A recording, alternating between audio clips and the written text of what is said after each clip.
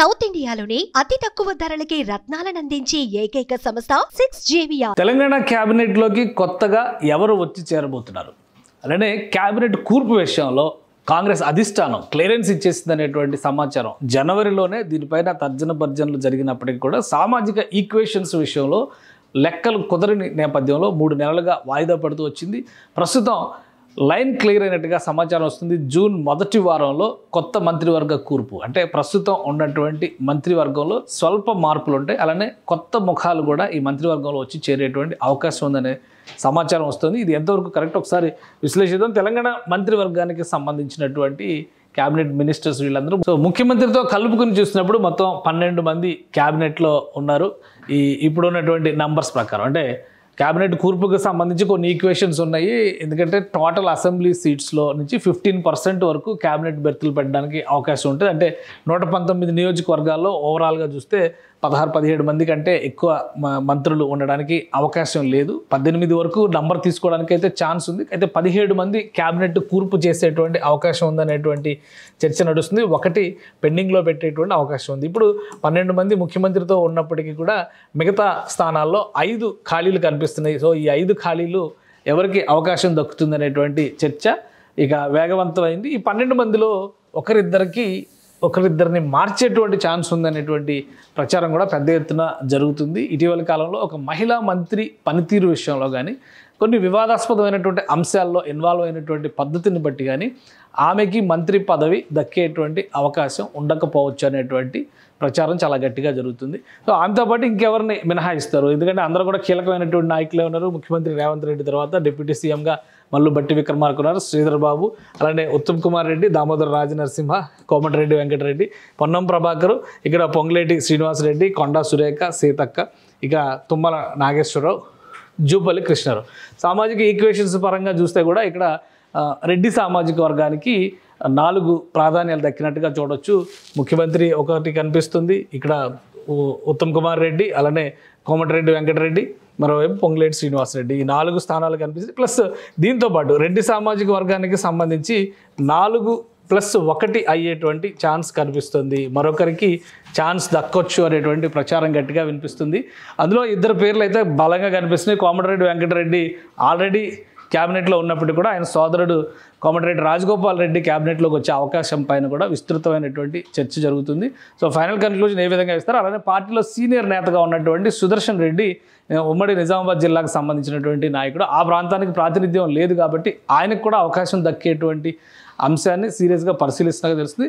అలానే రెడ్డి సామాజిక వర్గంలో మరొక కీలకమైన నేత జీవన్ రెడ్డి పేరు కూడా వినిపిస్తుంది. అయితే ప్రస్తుతానికి జీవన్ రెడ్డికి ఇచ్చే అవకాశాలు చాలా తక్కువగా ఉన్నాయి. ఆయన ఎమ్మెల్యేగా ఓడిపోవడమే కాకుండా రేపు ఆయన ఎమ్మెల్సీ టర్మ్ కూడా కంప్లీట్ అయ్యేటువంటి అవకాశాలు ఉన్నాయి. కాబట్టి ఎవరికి ఇస్తారు? మొత్తం మీద రాజగోపాల్ రెడ్డి అయితే లీడింగ్ ఫేస్ కింద కనిపిస్తున్నారు. రాజగోపాల్ రెడ్డికి ఇస్తారా లేదా చూడాలి. ప్లస్ వీళ్ళందరికంటే భిన్నంగా ఊహించిన విధంగా ఎస్సీ ఎస్టీ సామాజిక వర్గాల పరంగా చూసినప్పుడు ఎస్సీ ఎస్టీ బీసీ అలానే మైనారిటీ ఈ 4 వర్గాల నుంచి రిప్రజెంటేషన్ ఉండాలి అనేటువంటి కండిషన్నే అధిష్టానం ఇప్పటికే పెట్టిందని చెప్తున్నారు. ఎస్సీలకు సంబంధించి ఆల్రెడీ దామోదర్ రాజనరసింహ ఒకవైపు, మల్లు భట్టి విక్రమార్క ఇంకోవైపు నుంచి రిప్రజెంట్ చేస్తున్నారు. కాబట్టి మరొకరికి ఎస్సీ వర్గాల నుంచి అవకాశం ఇవ్వాలా వద్దా ఈ చర్చ బాగా జరుగుతుంది. పైగా ఎస్సీ వర్గీకరణ అమలు తర్వాత ఈ 2 వర్గాల మధ్య కూడా ఎస్సీలో ఉన్నటువంటి వర్గాల మధ్య కూడా చాలా గట్టిగా పోటాపోటీ వాతావరణం ఉంది.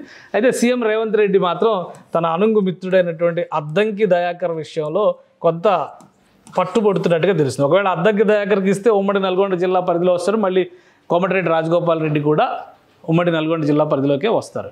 కాబట్టి అద్దంకి దయాకర్కి ఇస్తారా లేదా చిన్న సస్పెన్స్ అయితే ఉంది.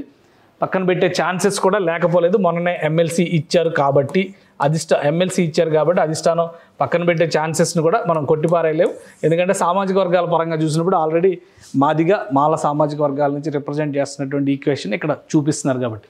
సో ఇది సామాజిక వర్గాల అంశాల పరంగా చూస్తే అయితే ఎవరు ఊహించిన విధంగా అనూహ్యంగా ఈసారి క్యాబినెట్లోకి విజయశాంతి పేరు చాలా గట్టిగా వినిపిస్తుంది. విజయశాంతి పక్కాగా క్యాబినెట్లోకి ఎంటర్ అయ్యేటువంటి స్కోప్ అయితే కనిపిస్తుంది. ఆల్రెడీ ఎమ్మెల్సీ అయ్యారు. సో విజయశాంతి ఎమ్మెల్సీ అయ్యారు, అద్దంకి దయాకర్ ఎమ్మెల్సీ అయ్యారు.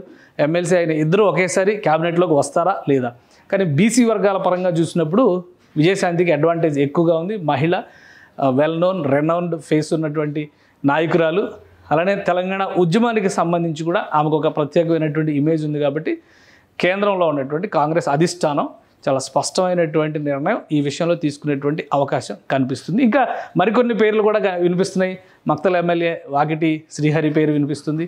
అలానే ప్రస్తుతం విప్గా ఉన్నటువంటి నాయకుడు, ప్రభుత్వ విప్గా ఉన్నటువంటి ఆది శ్రీనివాస్ పేరు కూడా చాలా గట్టిగా వినిపిస్తుంది. ఒకవేళ ఆది శ్రీనివాస్ వస్తే సామాజిక వర్గాల పరంగా ఎలాంటి మార్పులు జరిగేటువంటి అవకాశం ఉంది, దీని మీద కూడా చర్చ జరుగుతుంది.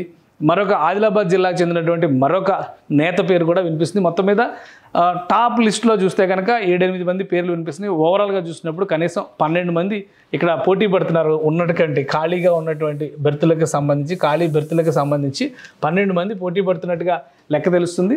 4వ తేదీన కీలకమైనటువంటి మీటింగ్ ఉంది. జూన్ 4వ తేదీన ముఖ్యమంత్రి రేవంత్ రెడ్డి ఢిల్లీ వెళ్ళబోతున్నారు. జూన్ 4న ముఖ్యమంత్రి రేవంత్ రెడ్డి ఢిల్లీ వెళ్తున్నారు. టీపీసీసీ చీఫ్ కూడా ఢిల్లీ వెళ్తున్నారు. సో అక్కడ ఫైనల్ అయ్యేటువంటి అవకాశం ఉంది. అంటే 10వ తేదీలోగా మంత్రివర్గంలో మార్పులు చేర్పులు జరిగేటువంటి ఛాన్సెస్ చాలా స్పష్టంగా కనిపిస్తున్నాయి. చూడాలి. ఆల్రెడీ మొదటి కూర్పు, మొదటి సంవత్సరంన్నర కంప్లీట్ అయిపోయింది. ఇంకా రాబోయేటువంటి రోజుల్లో ఎందుకంటే బెర్తులు ఖాళీ ఉన్నాయి కాబట్టి అవకాశాలు దక్కుతాయనేటువంటి ఆలోచనతోనే చాలామంది సీనియర్ నాయకులు కూడా సైలెంట్గా వెయిట్ చేస్తున్నారు. ఇక్కడ ఇంకోటి మైనారిటీ వర్గాలకు సంబంధించినటువంటి నేతల పేర్లు కూడా కొన్ని పేర్లు వినిపిస్తున్నాయి. షబ్బీర్ అలీ పేరు కావచ్చు, ఫిరోజ్ ఖాన్ పేరు కావచ్చు. గతంలో కూడా ఇలా ఈక్వేషన్స్ పరంగా చూసినప్పుడు వీళ్ళని ఎలా అకామిడేట్ చేయాలనేటువంటి చర్చ నడుస్తుంది. ప్లస్ హైదరాబాద్ సిటీకి సంబంధించి ఇంతవరకు ఎవరికి కూడా మంత్రివర్గంలో చోటు దక్కలేదు. సో ఎవరైనా కొత్తగా పార్టీలోకి వచ్చినటువంటి నాయకులకి అవకాశం ఇస్తారా, లేదా ఆల్రెడీ సీనియర్లుగా ఉన్నటువంటి నాయకులకి ఎమ్మెల్సీ అవకాశం ఇవ్వాలన్నా కానీ ఇంకా సంవత్సరంన్నర పట్టేటువంటి ఛాన్సెస్ ఉన్నాయి. సో హైదరాబాద్ సిటీ రిప్రజెంటేషన్ ఏ విధంగా ఈ మంత్రివర్గం కూర్పులో చేసేటువంటి అవకాశం ఉంది. సో వీటన్నిటిని కూడా ప్రస్తుతం పరిశీలిస్తున్నారు. మొత్తం మీద 4 నుంచి 5 బెర్తులు అయితే ఫస్ట్ ఇమ్మీడియట్గా ఫిల్ చేసేటువంటి అవకాశాలు కల్పిస్తున్నాయి. రీప్లేస్మెంట్ విషయంలో కూడా ఇద్దరిని మార్చేటువంటి ఛాన్సెస్ ఉండొచ్చు, లేదా శాఖల బదలాయింపులు జరిగేటువంటి అవకాశాలు ఉండొచ్చు అనేటువంటి సంకేతాలు అయితే స్పష్టంగా కనిపిస్తున్నాయి. సో చూడాలి. ఒక 3-4 డేస్ మాత్రమే టైం ఉంది. ఈ 3-4 రోజుల్లోనే ఒక స్పష్టమైనటువంటి మెసేజ్ అధిష్టానం నుంచి వచ్చేటువంటి సంకేతాలు అయితే కనిపిస్తున్నాయి. ఈ కసరత్తులో భాగంగానే ముఖ్యమంత్రి నుంచి టీపీసీసీ చీఫ్, కీలకమైనటువంటి నేతలందరూ కూడా ఢిల్లీ బాట పడుతున్నారు. సుమన్ టీవీలో మీ పర్సనల్ అండ్ బిజినెస్ ప్రమోషన్స్ కోసం కింది నెంబర్కి కాంటాక్ట్ చేయండి.